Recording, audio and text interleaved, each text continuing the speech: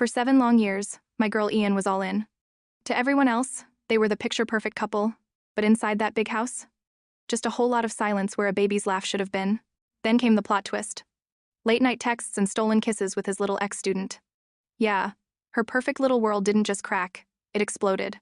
But my girl dozens. So the two of them team up, basically becoming detectives in their own twisted romance manhwa, laying these epic traps and just kicking back with popcorn to watch his whole perfect world go up in flames. The million-dollar question is, will she burn him to the ground? Or get lost in the fiery chaos of her own payback? Welcome, honey. To my wish is not a sin. So Miel, smooth as ever, has his hands all over her, his fingers doing this delicate dance as he clasps a gold necklace around my girl Ian's neck. He gets right up close, his breath ghosting over her skin like some scene from a steamy romance manhwa, and whispers all this sweet talk about being grateful for her and, oh yeah, happy 9th wedding anniversary, babe. And of course, Ian's blushing, touching the necklace like he just handed her the moon. She's all like, honey, I thought we agreed no big deal this year? She even admits she didn't get him anything, and this snake, Miel, just flashes that killer smile and purrs that now she's making him times feel bad. And just like that, poof, his charm works its magic, turning her into a puddle in what she thinks is this picture-perfect, tender anniversary moment. The whole scene is sickeningly sweet, right down to the clinking wine glasses, as Ian stares at her husband, thinking about how their 9 years together just flew by. Oh, honey, if you only knew. Then Miel lays it on thick, his voice like velvet, swearing up and down he'd marry her all over again, even in the next life. Please. She playfully calls him a liar. The irony is just times chef's kiss times, and he lets out this perfectly rehearsed laugh while my girl Ian is just soaking it all in. But Miel's watching her over his wine glass, his face a total blank, before he quietly asks if she's happy. Like, right now, in this moment? Ian just laughs, thinking he's being all deep and weirdly romantic. She starts teasing him like, why on earth would you ask me that? She even jokes, wait, are times you times the one who's not happy? But Miel just deflects with that damn smile and slides a big envelope across the table. He calls it her real gift. And Ian, bless her heart, thinks it's a love letter and gets all warm and fuzzy, until she opens it and her jaw hits the floor. Because inside isn't a letter, it's a damn consent form for building ownership. He just calmly explains it's for her art gallery. He's all like, I remember you wanted to expand, leaving her totally speechless with the sheer audacity of the gift. And his smile? Warmer than a supernova. He's literally handing her the keys to the Sanongdong building.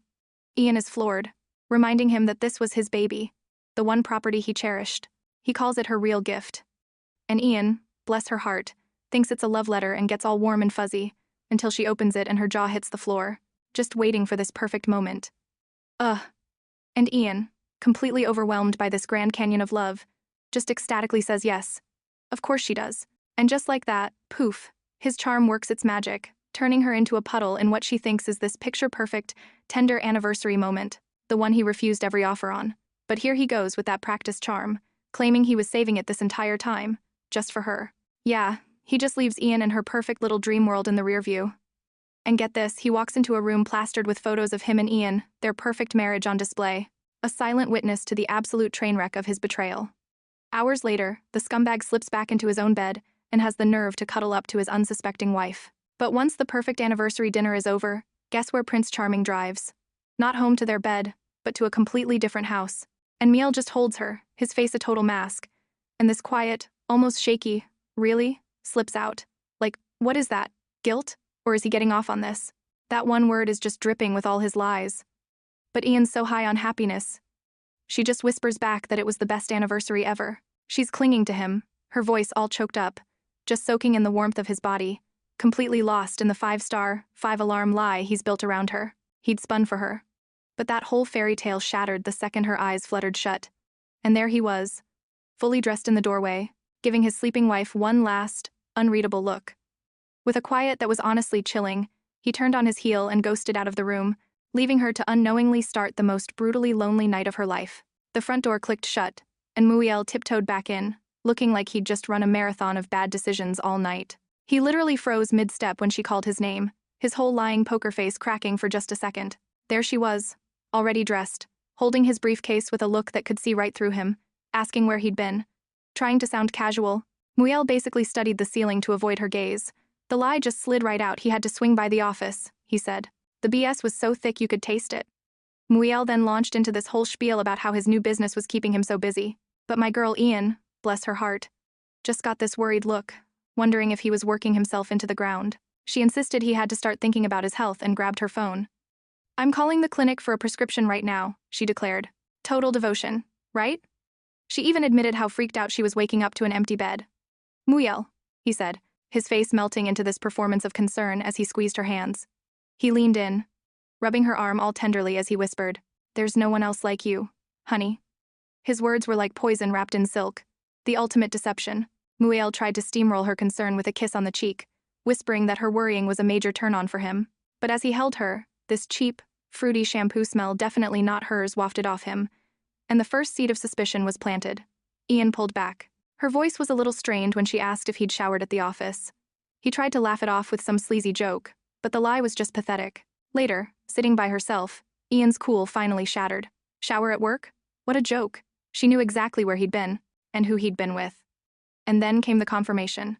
A single, soul-crushing text message. His phone screen lit up with the kind of drama you only see in a twisted romance manhwa. A picture of another woman in a slinky red bra, paired with the cruelest question. Who wore it better? Muyel's reply was the kill shot. "Of course you, babe." A cold, sick dread washed over Ian as her hands started to tremble. Taking a shaky breath, she pulled open her robe. Her eyes fell on the identical red lace she was wearing, a special gift from him. And suddenly, his recent secrecy, the new lock on his phone, it all clicked into a perfect, horrifying picture of betrayal. The image from that text was burned into her mind's eye. The bright pink nails, that red lace, the whole tacky vibe of this woman. She was desperately trying to be logical, knowing the gallery expansion was on the line. A divorce right now would destroy everything she'd worked for. A cold fear crept in as she dreaded a repeat of her painful past. She walked into her gallery's cafe, and the happy noise of her staff hit her like a ton of bricks. Their excitement was the most brutal contrast to the silent, smoking ruins of her marriage. Her staff's cheerful chatter pulled her into their little circle, with one of them squealing that their colleague, Senna, was getting married. But as Senna blushed, that same sickly sweet scent hit Ian's nose, and the fake smile on her face froze solid. It was the exact same shampoo from Muyel that morning. The girls were all giggling about a secret proposal, and Senna just stood there, playing innocent. The bright pink nails, that red lace, the whole tacky vibe of this woman. She was desperately trying to be logical, but as Senna blushed, that same sickly sweet scent hit Ian's nose, and the fake smile on her face froze solid, right on Senna. Then someone asks the million-dollar question, "So when's the wedding?" And suddenly, Senna's 500-watt smile flickers. She gets all hesitant, explaining that it's, not exactly. Right now. Cooing that her boyfriend had some stuff to sort out. Right. A little later, sitting in the back of the car, Ian was mentally kicking herself for being so suspicious. I mean, how could she ever doubt sweet little Senna? And yet, the image of those tacky pink nails on cheap red lace was burned into her brain. Calling her husband, Ian got hit with lie number 2 as he bailed on their plans, leaving her completely stranded. Muyel's voice was just syrupy smooth over the phone. Another well-rehearsed line about working late, followed by a totally hollow, "I love you." Ian's reply was clipped and cold before she slammed the end call button, her fingers twisting her wedding ring like she wanted to snap it. Then, a memory of Senna saying she'd be late at the gallery slammed into her, cementing a truly horrifying suspicion, leaving her completely stranded. Muyel's voice was just syrupy smooth over the phone. Another well-rehearsed line about working late, followed by a totally hollow, stopping so hard she lurched forward as her eyes locked on a sickeningly familiar sight. It was Muyel's car. Her heart did a nosedive straight into her gut. No freaking way. It was a desperate whisper against the ugly truth taking shape right in front of her. Muffled sounds were drifting from inside her gallery, punctuated by the distinct clatter of a kicked-off stiletto. Shaking like a leaf, Ian crept toward her own office window, a place that used to be her sanctuary. Peeking through the blinds, her entire world just imploded. There he was, Muyel, bent over her desk with another woman. His hands, the same ones that held her just hours ago, were now buried deep in someone else's hair. This wasn't just betrayal. This was a hostile takeover of her life. A plot twist from some depraved romance manhwa. Frozen, Ian just watched the whole sordid scene play out in high def. The sounds of their exertions filled the space that was supposed to be hers. Muyel pressed the woman down, his hands mapping her body as their mouths crashed together in a desperate, ugly kiss. With a sharp clatter, the nameplate on the desk, her nameplate, Shin Ian, was knocked aside. Her world, already cracked, just atomized into a million pieces she could never put back together. This wasn't just an affair. It was an invasion, a deliberate desecration of her very soul. A sudden crash tore through the office. Muyel shot up, his face a mask of pure panic and fury as he screamed into the darkness, demanding to know who the hell was there. His little plaything, startled by the violent mood swing, could only watch as he frantically pulled his clothes together, ordering her to stay put. Blind with rage, Muriel was seething, thinking only about the peeping Tom who caught him with his pants down. But just outside the door, Ian's strength had finally evaporated. Her nameplate lay shattered on the floor, and so did she.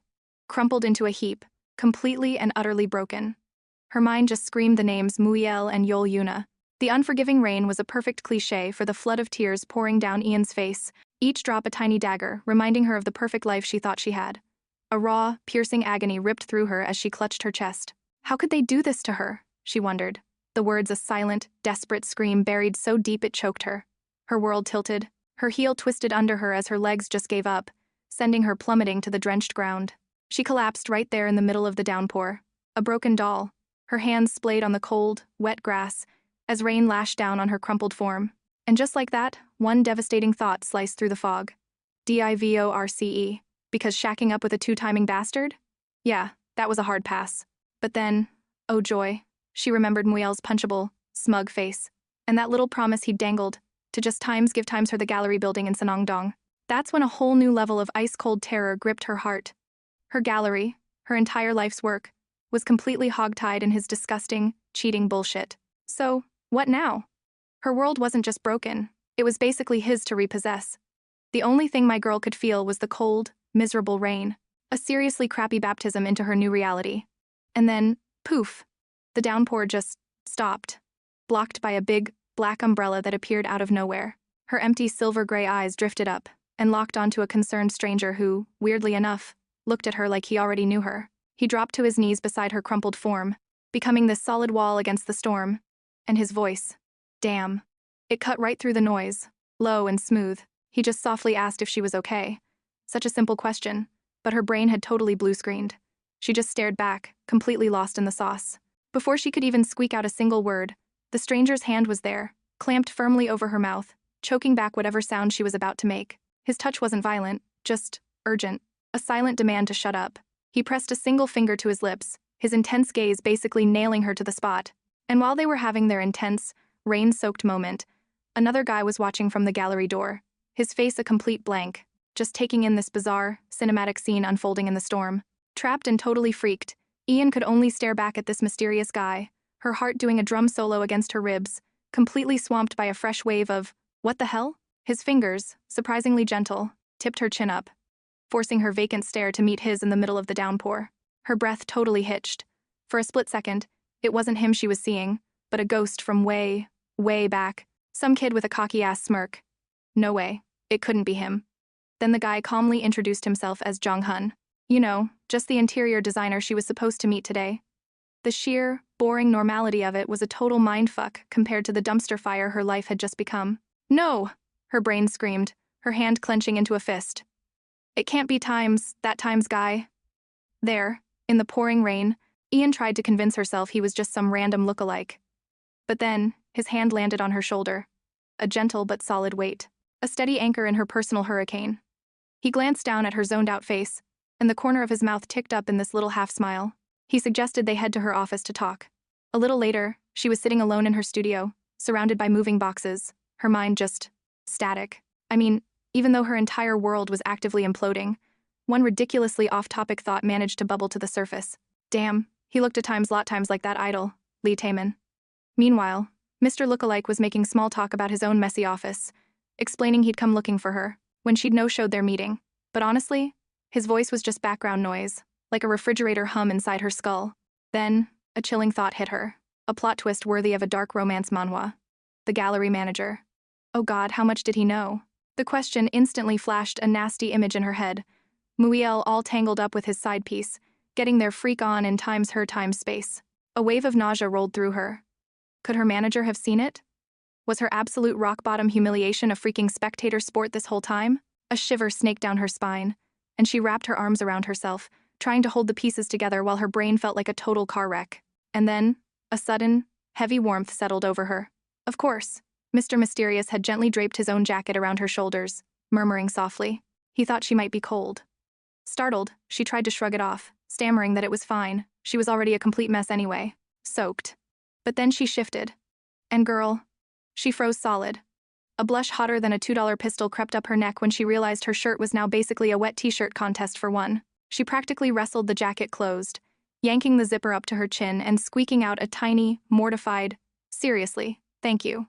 Trying to be the consummate professional, Jong-hun smoothly asked what kind of vibe she was going for with the gallery, but her brain was just a tornado of pure rage. I mean, was he just playing dumb about her epic meltdown? Or was the man genuinely that dense? Her fist clenched so tight her knuckles were white, and she couldn't focus on a single word. She finally slapped on a smile that looked more like a grimace and cut him off, admitting she was feeling a little off and asking if they could reschedule. He agreed instantly, not missing a beat. As he got up, his chair making a soft scraping sound, he said, "Let's go," but she shot out a hand, telling him to wait. My girl Ian just stared, totally bewildered, as Jong-hun came back with a first aid kit. Then, get this, he knelt down in front of her, admitting he'd been worried about the gash on her knee since he first saw her. And as his fingers, so damn gentle, started cleaning the wound, a strange, unfamiliar fire started pooling low in her belly. She stammered that it was nothing, but then flinched when the antiseptic stung, a little gasp puffing past her lips. He pulled back immediately, his voice dropping into this low, apologetic rumble, explaining he was trying to be careful. I swear, this unexpected tenderness from a total stranger felt way too intimate, like a scene ripped straight from some steamy romance manhwa. Still on his knees, Jong-hun's gaze was locked on her scraped skin, his brow all crinkled with concern. He murmured that the cut looked deeper than he first thought. Then he looked up, and his eyes just snagged hers. His voice was laced with this insane empathy as he whispered, "That must have really hurt." As he rose, smooth as anything, a completely flustered Ian could only manage a quiet thank you, her skin still buzzing from his touch. He just waved it off like it was nothing, insisting he drive her home. Overwhelmed and out of words, she just bit her lip and nodded. The sky was dumping buckets as Jong-hun walked her right up to the front gate. Huddled under their umbrellas, Ian thanked him again for the ride. He just offered this soft, easy smile, telling her not to worry and that they could talk design whenever she felt up to it. She agreed, promising to call him soon. With one last, exhausted thank you for his kindness, she turned and headed inside. As she vanished behind that massive, ornate barrier, the iron gates slammed shut with a final, booming clang, sealing her inside. And just like that, she was utterly alone with the smoking crater that used to be her life. Outside, the handsome designer just stood in the downpour, staring at the gate that had swallowed her whole. Back in the cold, cavernous house, she numbly placed her dripping umbrella in its stand, the small sound echoing through the silence. Then her phone screen blazed to life. A text from Mule, some lame apology for not being there, followed by the three little words that were now a poisoned dagger. "I love you." A single, bitter laugh tore from her throat. For over 10 years, telling her not to worry and that they could talk design whenever she felt up to it. She agreed, the only one who stuck around when her world fell apart. The irony was a punch to the gut. Now, he was the one swinging the damn wrecking ball. Another hollow laugh bubbled up, this one louder, verging on hysterical, as a flash of their perfect, glossy wedding photo burned in her mind. That beautiful, goddamn lie was just too much. Her laughter finally cracked, shattering into a raw, choked sob as she just crumpled to the floor, her body giving out as the phone slipped from her trembling fingers and clattering against the hardwood. My girl Ian just crumpled on the cold floor, clutching her phone like it was the only thing left in her world. I mean, her reality was already shattering thanks to that snake Bien Muya and her own husband, Yunin. And then there's the mystery man, the stranger, who was so sweet to her, which is just making her head spin even more. Honestly, she felt like she was one step away from a padded room. She just buried her face in her hands, that gorgeous chestnut hair just falling around her as this little broken sob finally ripped out of her. And of course, cue the dramatic rain pouring down. I mean, her reality was already shattering thanks to that snake Bien Muya and her own husband, Yunin. And then there's the mystery man, the stranger, his eyes locked on her house, this silent, unmoving shadow. Then, our mystery man pulls out a phone, the rain drumming a steady, relentless beat against his black umbrella. His expression, which she once thought was gentle, was now a mask carved from ice. He answers the call, speaking all formal to someone he calls CEO Bayern, but his eyes locked on her house, this silent, unmoving shadow. Then, our mystery man pulls out a phone. He confirmed that he'd bypassed all the security and was now inside the madam's residence. Yeah, his real mission was a total chilling secret wrapped up in the stormy night. Her brain, trying to escape, just drifted back to a sunnier time, to the pure joy of finding out she was pregnant. She could still feel his hand, so gentle on her stomach as she whispered his name, Tamin, and he just pulled her into his arms, teasing her about her happy tears before they shared this sweet, perfect kiss, both agreeing it felt like a dream. But that precious memory of his gentle touch just shattered into a million pieces. She gasped, lurching awake on the couch, her heart hammering against her ribs from some nightmare she couldn't even remember. And who's standing over her? Miel, faking concern like a pro. "Honey, are you okay?" he asks, his voice a total buzzkill after her sweet dream. Before launching into some lame-ass excuse for why he was so late, Ian, bless her heart, gently stirs Miel, telling him he'll get nightmares sleeping on the sofa. Little does she know, the sight of her is what gives him nightmares. Miel then clocks the unfamiliar jacket she's wearing and starts asking questions. So Ian lies, saying she was just cold. But he's not dumb. He sees its masculine size. "I really hate it when you wear other men's clothes," he says, with all the nerve of a cheater projecting his own sins onto her. Her mind flashed back to that desperate slap, Miel's ugly comeback still ringing in her ears. She snuggled up against him, trying to play the part, and softly suggested, "You must be exhausted. Let's go wash up." But as she tried to get up, his hand clamped down on her arm like a vice. She was just thinking of Yoon Senina when Miel's voice cut through the air. "Are you pretending you don't know? Or are you really that clueless?" And you could just feel the air get sucked out of the room. Miel's grip tightened, yanking Ian back against him. "Honey, we made a deal, remember? No matter what, at least 3 times a week." Ian just choked, a tiny, trapped sound escaping her lips. She squeezed her eyes shut, a wave of pure disgust crawling up her spine as she thought, "This is the absolute worst, but at least he doesn't know what I saw. Small mercies, I guess." Miel backed Ian up against the steamy bathroom wall, his hands already sliding under her shirt, starting his little routine. He had the audacity to ask, "So, how was your consultation with the director today?" Her face went beet red as she shot back, asking why the hell he'd bring that up now, of all times. He just watched her, a smirk playing on his lips. "Getting embarrassed?" he purred. Meanwhile, the air in the gallery hissed with the sound of disinfectant spray. 2 poor workers were stuck cleaning the place from top to bottom. One of them turned to her buddy, asking why they were doing a sudden, deep clean. "CEO Shin ordered it," the guy replied. Said some cockroach got inside. As another worker urged them on, "You just know this is some next-level romance manhwa drama. So there's Senna, playing interior decorator with the CEO's desk, and my girl Ian's just supposed to watch. Was her husband always this particular about his office arrangements? Right." Meanwhile, the colleagues are chatting about pests. One of them deadpans that the only way to really get rid of them is to burn everything to the ground. A thought that was echoing in Ian's soul like a war drum. Later, with her heart in pieces, she's telling some lawyer, "I don't want to divorce him." The lawyer basically spelled out that Muiel was the one with his junk in the cookie jar, but, and this is the kicker, he stressed, unless he agrees to it, you can't leave him. So the lawyer's brilliant plan was for Ian to make Muiel look like the villain of the story, gathering evidence while keeping a smile plastered on her face. Her hands were trembling, flicking the lighter again and again, but the damn cigarette wouldn't catch. How was she supposed to act normal around Muiel and his little pet? And for how long? She gave up, dropping the lighter. Then, out of nowhere, another hand swoops in, offering a steady, hot flame right to the tip of her cigarette. Talk about a tense introduction. "Oh," Ian breathed out, totally caught off guard as this handsome stranger held the fire for her. He casually mentioned they seemed to keep bumping into each other. Turns out his office was just a stone's throw from her gallery. "Right, thank you," she managed, taking her lighter back from his warm hand. Of all the damn times, she thought, just as he gently asked her to flick her lighter for him. A tiny spark flared to life, their eyes locked over the flame, and she immediately wondered, "Is there something on my face?" He just answered, "No," his voice low. So why was he staring at her like that? A cigarette held so perfectly between his fingers. His buddies called for him a whole crew of hotties, by the way, and he casually explained they were his team. Then he had the nerve to ask if her knee was okay. She assured him it was fine, all thanks to him. A playful smile touched his lips as he teased her about the hoodie he'd lent her, which, of course, made her blush. He just chuckled, told her to take her time, and started to leave. The cigarette crackled. He said he'd head in first, then he turned, and his words were like ice water. "By the way, ma'am, if your husband found out you fled the gallery last night, would that be a major issue?" Her breath caught in her throat.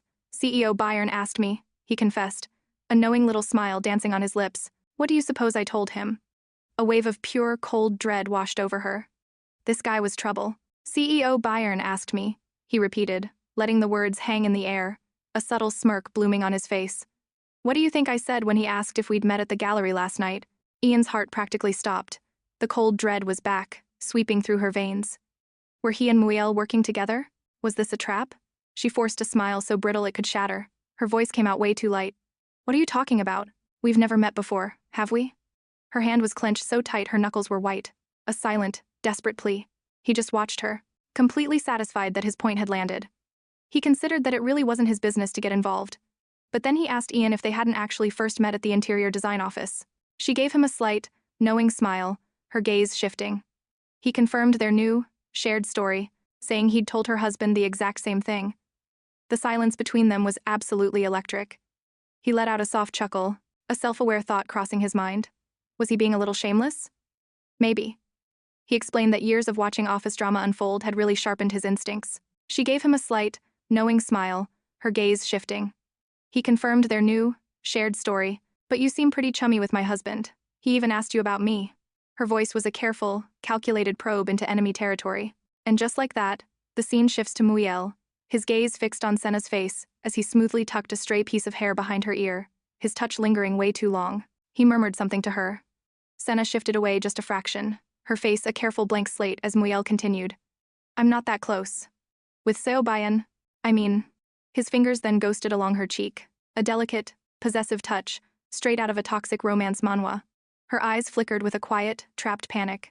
Intensity. He flashed this little smirk, like he knew exactly what he was doing. Guess it's just spring fever. A lot of pollen in the air. And with that grade A bull, he tapped her jaw, his touch way too familiar. Seriously, dude? Pollen? It was the flimsiest excuse for getting handsy I'd ever heard. Ian, bless her heart, forced a polite smile, her own fingers fluttering to her neck like she was trying to ward off a vampire. She muttered something about him just asking directly next time, a little tremor in her voice. She tried to brush off the tingle his pollen left behind, blaming it on allergies. Right. He then smoothly asked about their consultation. My girl, trying to regain some control, was all business, offering to meet today. But of course, he claimed his week was slammed. So she suggested next Monday, her day off. He jumped on it, giving her this little nod and a smirk that was pure, uncut trouble as he walked away, leaving Ian swimming in the wake of whatever the hell that was. She managed a weak smile, confirming their meeting. Okay, see you next week. But as the blue hoodie mystery man turned, he shot one last look back, a slow, knowing grin that just screamed, I got you. The second he was gone, her professional mask shattered into a million pieces.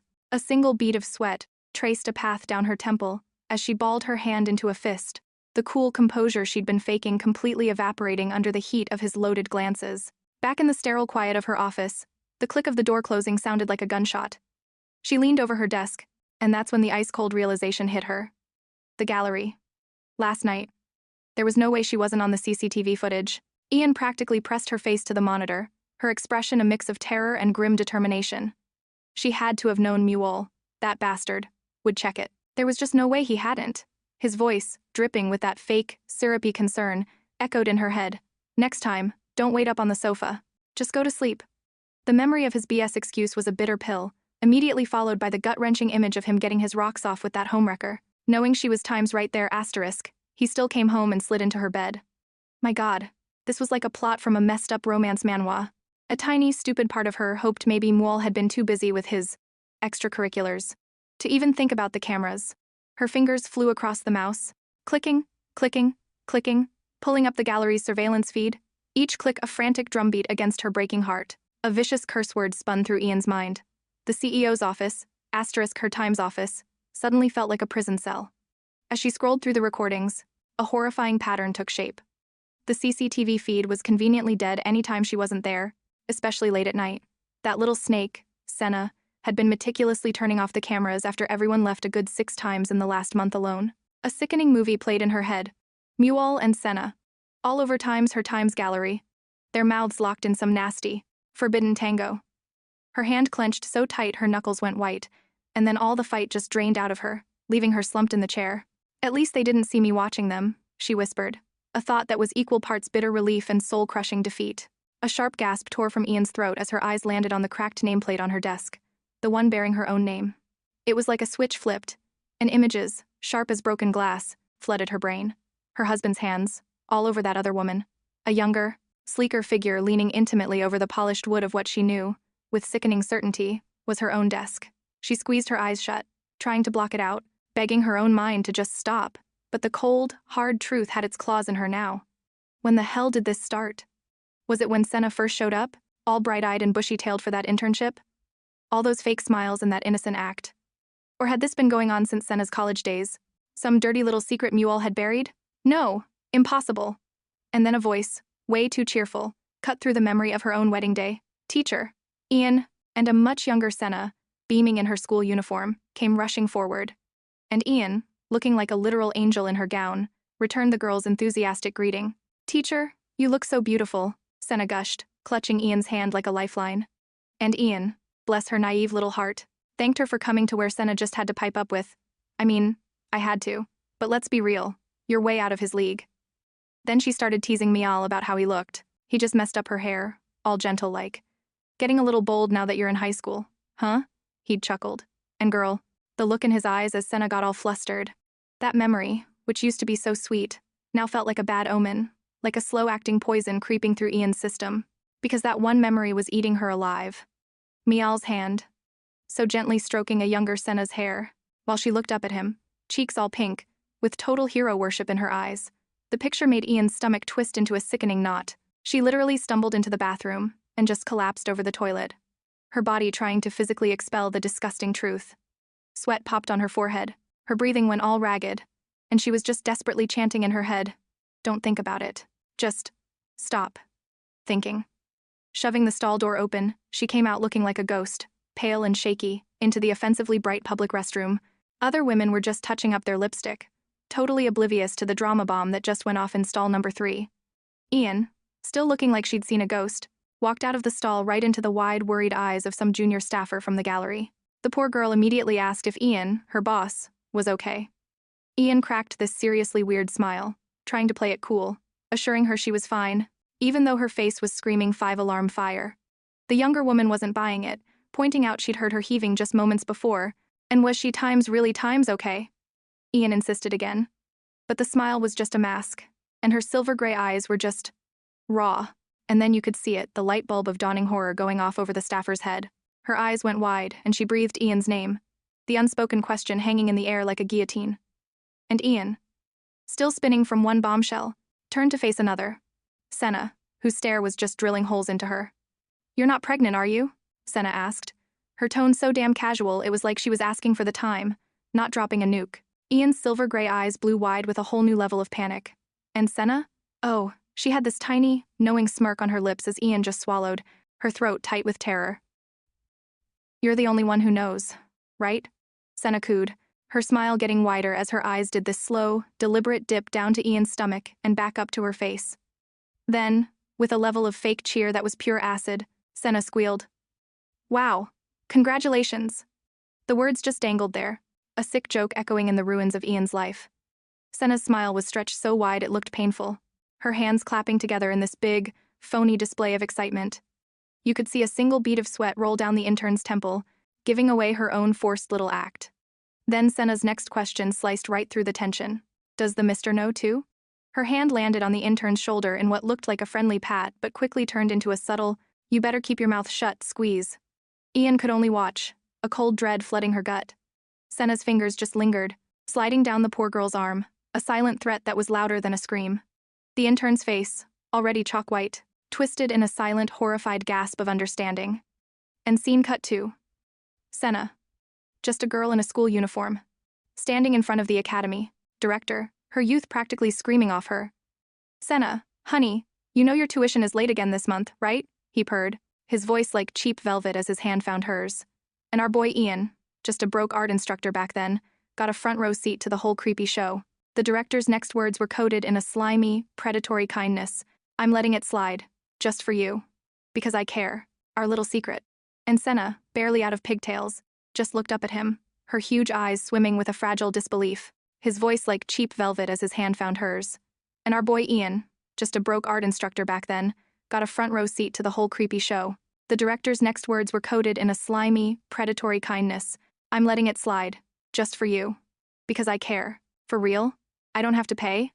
That question, so full of innocent hope, just hung in the air like a bad smell. For Ian had practically dragged the girl through her studies, got her into art school, and even gave her a job at his gallery. It was like a scene from a dark romance manhwa. Senna cornering Muel, her hands fisted in his shirt, her voice sharp with that crazy, possessive anger. I thought you swore you weren't gonna tap that with Shiny. The sweet, innocent girl was gone, replaced by this raging she-devil. Muel, looking completely over it, tried to pry the sobbing mistress off him. Yeah, I'm not even remotely interested in her. But Senna wasn't letting go, her voice cracking with accusation. But why all of a sudden? You promised you'd only plant your flag with me.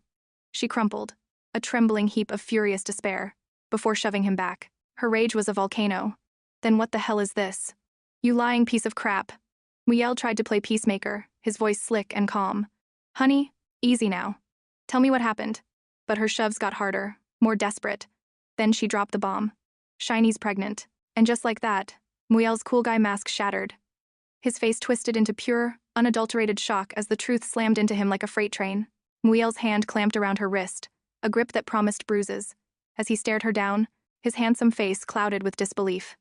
What the hell do you mean Shiny's pregnant? He demanded, his voice dropping to a dangerous growl. Walk me through it. Slowly. Senna's eyes were twin waterfalls, her chin quivering. Today, in the gallery bathroom, she was puking her guts out. She stammered, the words tumbling out between sobs. So I asked. And she just said, yes. Muel's jaw was a block of granite. Shiny told you she's pregnant? Senna could only nod, a strangled sob escaping her. He let out a bitter, humorless laugh, a sound with no joy in it, before yanking her into a desperate, bone-crushing hug. Muel held her tight, that condescending little chuckle of his meant to erase all her fears. Oh, babe, seriously, why are you so damn naive? When Senna pulled back, her eyes wide with confusion, he insisted Ian was obviously lying her ass off about the pregnancy. He stroked Senna's hair, soothing her, assuring her that Shiny was a master manipulator, even as a flicker of oh crap danced in his own eyes. Still, Senna, looking like a porcelain doll in her silk pajamas, needed to be sure. So, she's not really pregnant, right? Muel's hand slid down to her waist, pulling her flush against him. Can't you trust me? He murmured, his voice pure sin.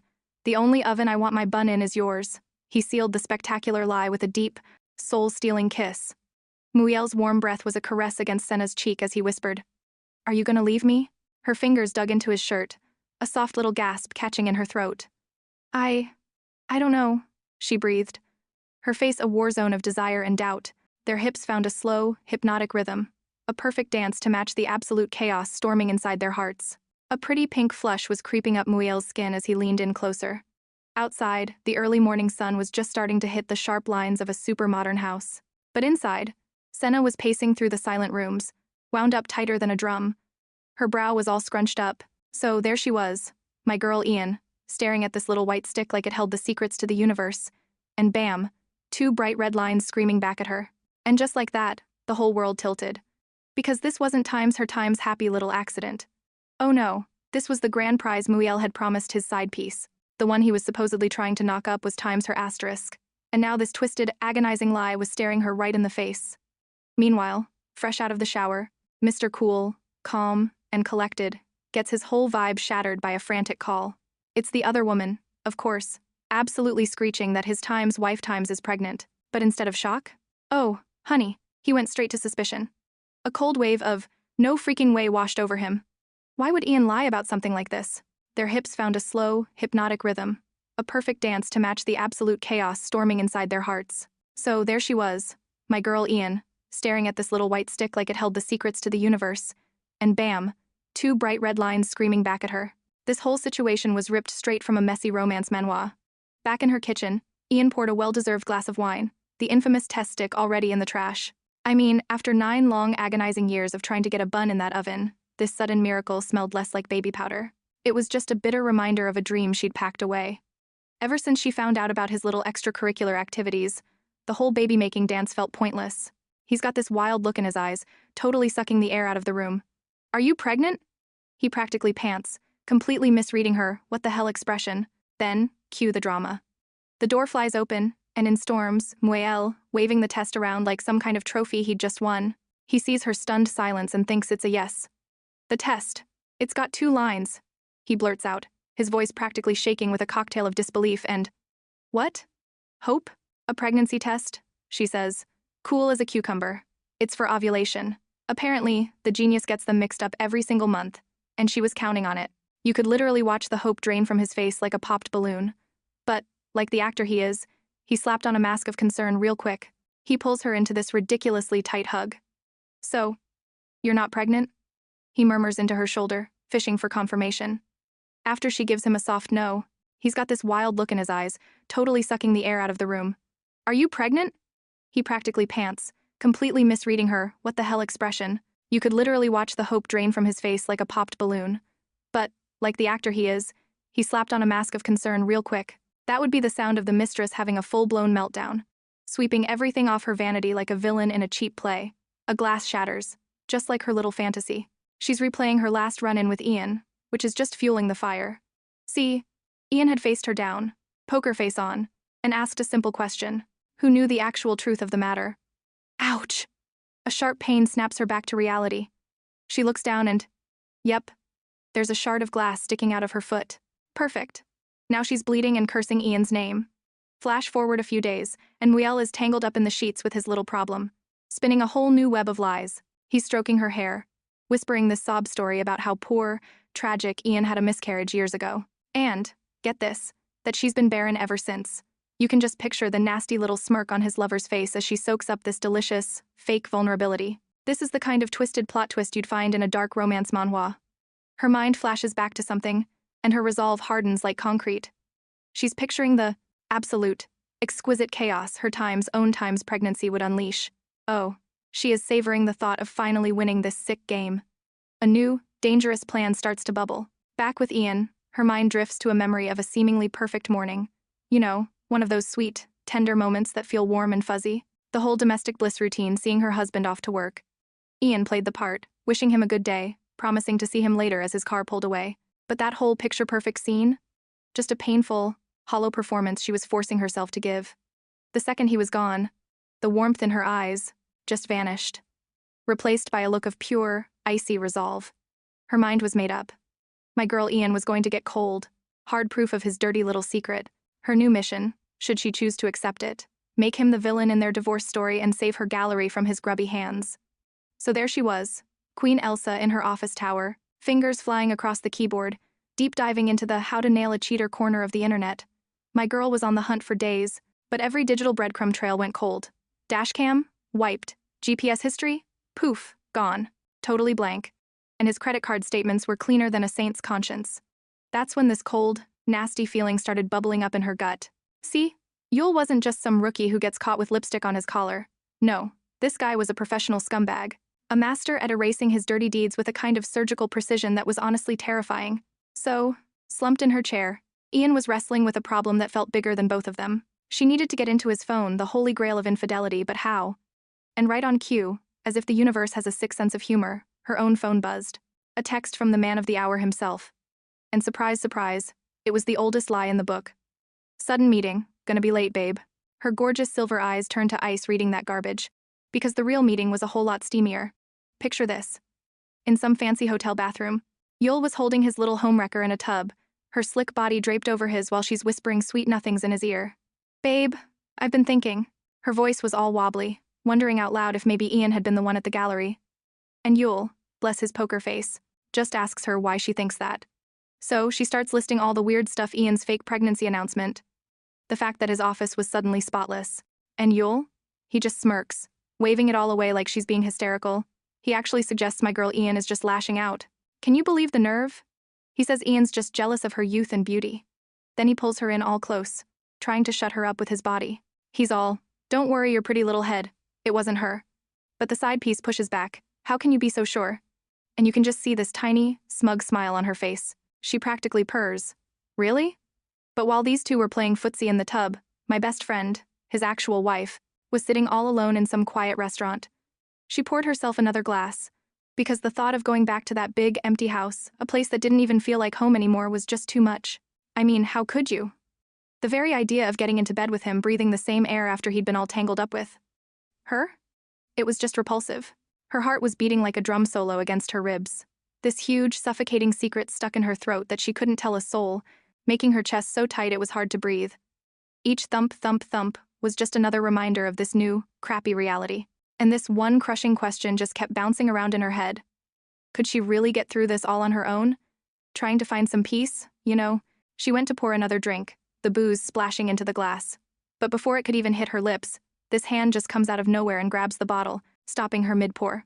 Then this smooth, deep voice cuts through the fog, asking, "Are you drinking alone?" I swear, it was a scene straight out of a romance manhwa. Talk about a dramatic entrance. Startled, Ian looked up, her silver-gray eyes meeting his. "Director," she stammered, totally flustered. He gives her this warm, easy smile, saying he was just in the neighborhood. And his whole calm vibe was such a crazy contrast to the hurricane happening inside her head as they did the whole polite small talk thing about work. The doctor sits down across from her, still with that gentle smile on his face, and guesses, "You must like to drink." Ian gets all modest, saying she only drinks once in a while, before offering him a glass. Their glasses clink, a quiet little toast between strangers. And then he says something about how her husband seems really busy for her to be drinking alone, and she confirmed her husband was neck-deep in a new business venture. A sly little smile crept across the good doctor's lips as he casually mentioned that thanks to Muel's workaholic habits, he actually got to eat with his own wife more. Ouch. A weird little jolt went through Ian as she shot him a sidelong glance, her internal radar pinging. Was this guy flirting with her? And the crazy part was, the vibe was surprisingly easy, so Ian took a shot in the dark, guessing the doctor was maybe 32. He just laughed it off, smooth as silk, and turned the question right back on her. After a tiny beat, she admitted she was 36, which immediately earned her the classic, "No way, you look so much younger" line. "You don't look your age at all," he pushed, really laying it on thick. So she tossed the compliment right back, joking that he couldn't possibly be in his 30s. And that's when he leaned in, a wicked little smile on his face, refilled her glass without breaking eye contact, and asked again how old he looked. My girl was officially flustered by the sudden blast of heat between them. Playing along, Ian guessed he was around 27 or 28. He flashed this grin that could melt steel, deciding he would just be 27 from now on, and told her to drop the formalities. She let out this little laugh, a sound I hadn't heard from her in forever, but her smile froze when he dropped the bomb. He was actually 9 years younger than her. Girl, this was turning into a full-blown spicy romance manhwa. After he suggested another bottle, and she was way too buzzed to say no, his whole playful vibe just switched off. He leaned in, and his eyes got deadly serious as he asked her what was so great about CEO Bayern that she decided to marry him. The question hit her like a ton of bricks, completely sideswiping her. "Why do you want to know?" she asked, totally thrown. He just gave her this gentle, unreadable smile, and said he was just curious. Right. As she thought about it, she realized she had no idea how to answer. The question just ripped open a scar, dragging up a memory of a funeral hall, of her completely shattered and collapsing in grief. And in that rock-bottom moment, it was Muel who dropped to his knees beside her, his arms a fortress, pulling her in and literally holding her together when she was falling apart. Her mind was reeling, answering the doctor's question without saying a word. She saw Muel at her mother's hospital bed, patiently spoon-feeding her when she was too weak. She saw his goofy ass making dorky heart hands at her through a convenience store window, not giving a damn who saw. On their wedding day, the absolute adoration in his eyes was the only thing in the room. He was her anchor, her safe place, her biggest fan. And as all these memories flooded back, one devastating question hammered at her heart. Where the hell did that man go? Ian's whole expression just softened with pain. She married Muel because she honestly believed he was the one person who would never, ever leave her. The irony was just a knife twisting in her gut. Later, standing outside in the cool air, she thanked the director for dinner. He immediately insisted the next one was on him. Then he leaned in just a little, and suggested they should do this again sometime. A hot blush crawled up her neck. She was so not prepared for that. "If we get the chance," she mumbled, feeling a dangerous little flutter of excitement. He offered to see her home, his voice all smooth and tempting in the night. A little dizzy from the wine and the emotional whiplash, Ian politely shut him down, saying she'd just grab a taxi. But as she turned, her stupid heel caught a crack in the pavement, and with a startled little yelp, she was going down. And in a flash, a pair of strong arms snapped around her waist, yanking her back from the brink and flush against a very solid chest.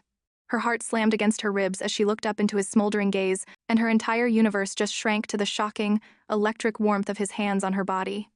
He just stared down at her and noted that, "My girl has been tripping over air lately, but this time, she was falling for a whole different reason."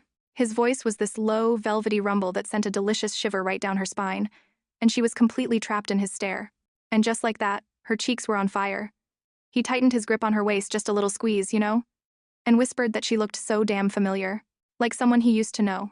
A total curveball that caught her completely off guard. He leaned in even closer, noting that she was radiating some serious happy hour vibes. Okay, intoxicated might be a strong word, but girl was definitely feeling it. Her heart was throwing a full-on rave against her ribs. His sudden proximity was overwhelming her senses.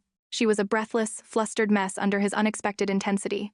Then his hand slid around her arm, and his touch was this perfect mix of firm and careful, stopping her dead in her tracks. The contact sent a little jolt right through Ian, and she looked up, her cheeks flushed a cute rosy pink from the drinks. He leaned closer, and those dark eyes of his locked onto hers with an intensity that basically hijacked her nervous system. Her heart rate went wild. In that low, steady voice, he asked if she wanted to rest for a bit. And let me tell you, that simple question was loaded with more subtext than a spicy romance manhwa.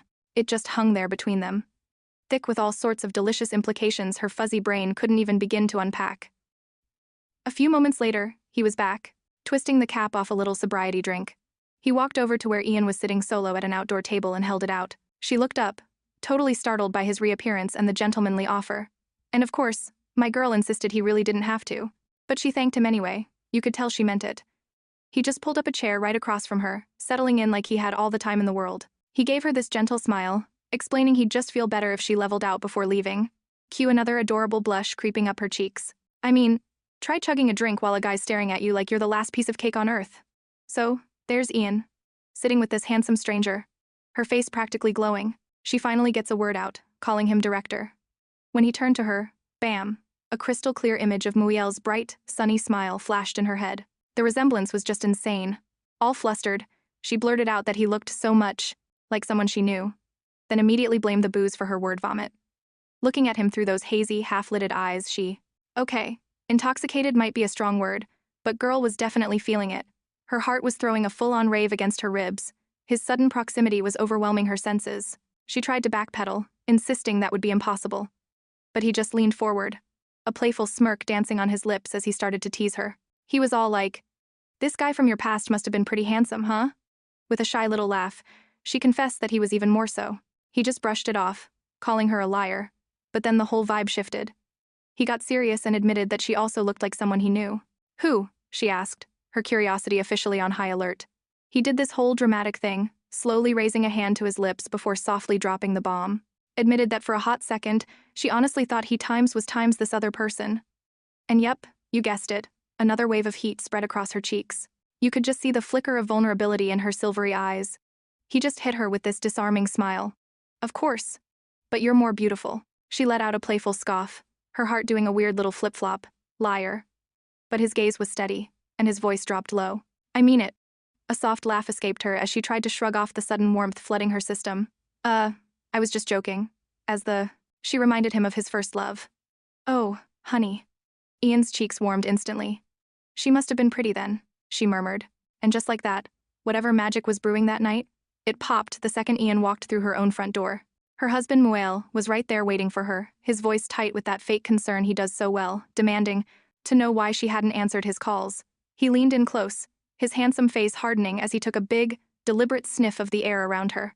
His nostrils flared, picking up the faint, sweet scent of her drink.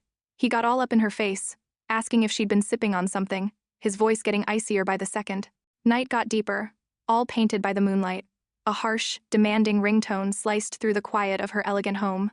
A delicate blush crept up her neck, a secret little fire that had nothing to do with her husband's chilly third degree. His voice cut through the quiet, demanding to know who was her drinking buddy. Startled, Ian glanced up from her vanity, looking completely over it. She shot back that she was riding solo. But Muiel's suspicion wasn't buying it. He stalked closer, planting his hand on her thigh like he was staking a claim. And as his accusations hung in the air, thick and nasty, his eyes snagged on her phone. A new message lit up the screen. And oh boy. So what, I'm not allowed to pour myself one glass alone? The challenge just dangled there, unanswered. She tried to walk away, but he stopped her cold, dropping a reminder about her gallery's opening ceremony like a piece of ice down her back. And honey, what an opening it was. The gallery was electric, buzzing with fancy chatter and the music of clinking champagne glasses. And there was Ian, the queen of the castle, floating around with a smile that could power the city. Ian's eyes went hard. You stumble home late all the time, she snapped, her voice like a whip, was laying the charm on thick with an acquaintance, then turned that slimy attention to a young employee. His words were pure sugar, but his hands were mapping out territory they had no business exploring. And in the corner, away from the lights, a tiny pill was dropped into a flute of bubbly. She was totally clueless about the snake pit she was hosting, a real-life drama that would put any romance manhwa to shame. Meanwhile, some guest, a CEO Bayern, she glided over, smooth as sin, offering him a fresh glass of champagne. With a smile that was all teeth, she suggested they have a little toast. Their glasses met with a delicate Times clink asterisk, a cheerful sound that totally hid the venom in her plan as he, the fool, tipped back the glass and drank it all down.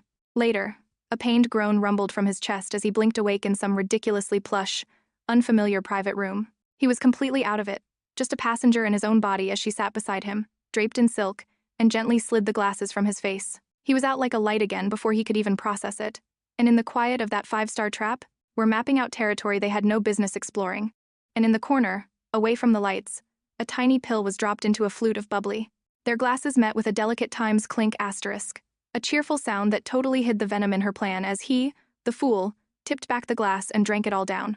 Its little fizz was drowned out by the party's happy noise. Seeing that her man, Muyel, was already occupied, the mistress made her move. She glided over, smooth as sin, offering him a fresh glass of champagne. With a smile that was all teeth, she suggested they have a little toast, tracing the line of his jaw. A picture-perfect moment, right? A total fantasy, straight from a romance manhwa. But that little dream shattered when she just watched him. This little predator admiring her prey, a soft, possessive smile playing on her lips. She thought she had him. Her fingers, the sharp crack of a slap echoed in the room, jolting Muyel halfway back to consciousness. The mistress's face was pure fury, her blood boiling over at the sound of Ian's name. But hitting him wasn't nearly enough to cool that fire. With a scream of pure frustration, she swiped her arm across the nightstand, sending the framed pictures of Muyel and Ian. The sting of her hand still lingered in the air. Her rage was a living thing, and she stared down at his limp body. The life she wanted so badly, the love she was trying to steal, was now just a pile of sharp, glittering pieces on the cold ground. With terrifyingly steady hands, she picked up his phone and pressed his limp thumb right onto the home button. It unlocked with a soft, ominous click, silently calling him every kind of idiot bastard in the book. But then, the fire in her eyes cooled, turning into something sharp and calculating. Their wedding photos, all their stupidly happy memories, crashing to the hardwood floor. The sound of shattering glass was the soundtrack to her own little breakdown. But hold up! That smug little grin got wiped right off her face when the phone screen lit up. It was a picture of Miel, smiling, and that happy little photo was like a punch to the gut, and she was just screaming in pure frustration as she launched the damn thing, the screen spiderwebbing right over a smiling picture of them. Oh, the irony. As her rage went nuclear, so, our girl Ian went full-on detective, tearing through Miel's phone for a single crumb of proof. Call logs, texts, photos, zip, zilch, nada. The bastard had wiped it cleaner than a priest's conscience. Just a bitter, infuriating reminder of everything she was trying to steal and still couldn't have. Her hands were literally shaking with rage as she started smashing her fingers on the screen. The man-child himself wakes up, completely lost, one hand glued to his throbbing cheek. Ugh, what the hell did I do last night? He mumbles, his voice thick with a hangover. One look at his shattered phone screen just deepens the mystery. Why is my screen busted again? Ian just stood there, alone in their stupidly quiet house, feeling an exhaustion so deep it was in her marrow. She hadn't caught a decent wink in days. When he admits he's clueless, she scoffs. Figures. You can't handle your liquor for shit. And of course, the other woman is just watching him, this little smirk playing on her lips. What's the matter? Can't remember? She purrs, hands planted firmly on her hips. Her expression just freezes over into this icy glare. She gives his cheek a little pat so condescending before this sharp, all thanks to him. The constant stress was absolutely wrecking her. And one pathetic, heartbroken thought slipped out. Honey. Meanwhile, suddenly, she's all, poor baby, spinning a tale about how he must have gotten spooked when he tripped over his own 2 feet on the dance floor. And of course, the other woman is just watching him, this little smirk playing on her lips. What's the matter? Can't remember? She purrs, hands planted firmly on her hips. But you were knocking back every drink they put in front of you. He just scratches his head, staring at the floor like a scolded puppy. I'm sorry. Did I screw up? Then, all dressed for her day, she tells him to get his ass in gear and heads for the door. But the second her back is turned, all thanks to him, the constant stress was absolutely wrecking her. And one pathetic, heartbroken thought slipped out. Honey. Meanwhile, putting on that perfect professional game face at the gallery. In the quiet of her swanky CEO office, she tried to stare down the paperwork on her desk. Cold laugh just rips out of her, bouncing off the walls. Miel just stares at her, totally dazed by the sound. And then she flips a switch. Ian managed to cough up a polite, exhausted thank you. But the second the door clicked shut, but her brain was on another planet entirely.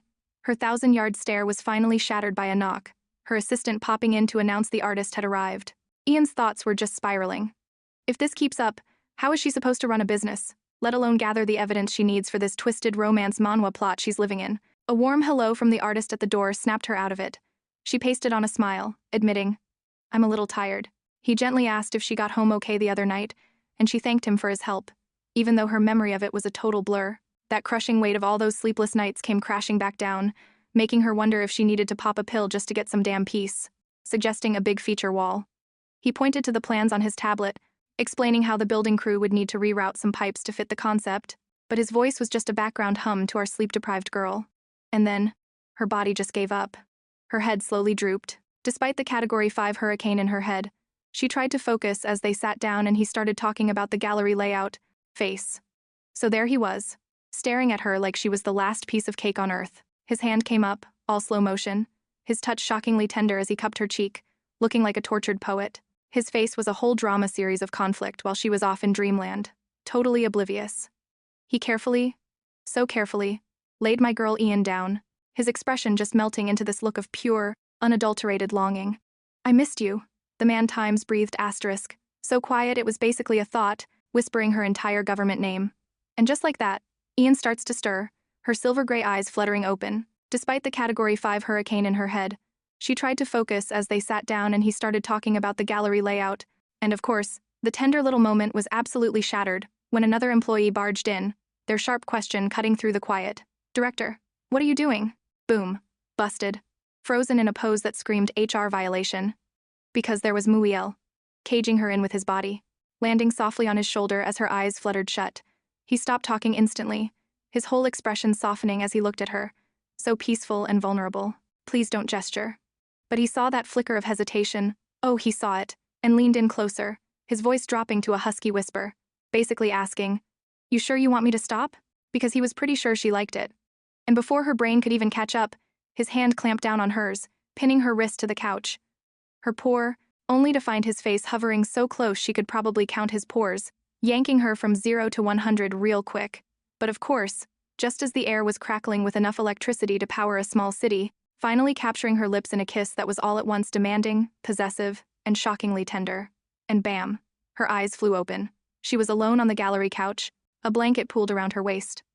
A 5-alarm, mortifying blush raced up her neck as the full HD 4K IMAX experience of that dream came flooding back. "Oh my God," she thought. "I've officially lost my damn mind." And right then, Muiel's real, actual, calm voice shattered her frantic thoughts, asking if she was awake. His gentle tone suggested she could catch a few more Z's, but nope, Ian practically levitated off the couch, a hot, flustered mess. She started apologizing immediately, rambling about being distracted lately, all while her inner monologue was just a high-pitched scream of "don't make eye contact." Cheeks flaming. She managed to ask if he'd been waiting long, but he was Mr. Cool as a cucumber, telling her not to worry, that he had plenty to keep him busy. Seeing that she was now among the living, he offered her a ride home, casually mentioning it was on his way.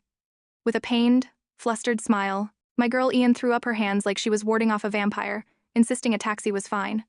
She was just so sorry for keeping him late. Really, she was good on her own. Her eyes went wide, a blush creeping up her neck so fast it was a fire hazard, and her hand floated up in this flimsy little, she'd let him give her a ride. Checkmate. His smooth-as-hell persistence just shut down all her arguments. Next thing you know, they're cruising in silence through the dark city streets, with a tension so thick you could cut it with a knife, while Ian just stared out the window, her mind a million miles away. Okay, so the silence in this car was absolutely suffocating, while Ian's over there wrestling with the guilt and pure awkwardness from her dream about this younger guy. She was trying to convince herself this wasn't some steamy romance manhwa plot and his kindness was just professional courtesy. Trembling fingers were completely useless against his iron grip. Then he closed that last, torturous inch of space, then his voice just sliced right through her mental gymnastics. He gently pointed out that she must be exhausted. And Ian, startled, could only muster this weak little smile and admit, yeah, she hadn't been sleeping great. He glanced over at her, his voice cutting through the low hum of the car, and just asked, why? Why hadn't she been sleeping well? And Ian's brain just started screaming the brutal, ugly truth she couldn't say out loud. Because my husband cheated. Seeing the panic on her face, he just gently offered to help, offered a shoulder to cry on. And girl, after all that sweetness, she got brave and asked if he was always this. You know, chivalrous knight in shining armor, and he just hits her with, not really, his eyes locking onto hers. It's just, you. I mean, talk about a direct hit. That line just zapped her, you know? Seeing her own flustered face in the window, the little thought bubble pops up.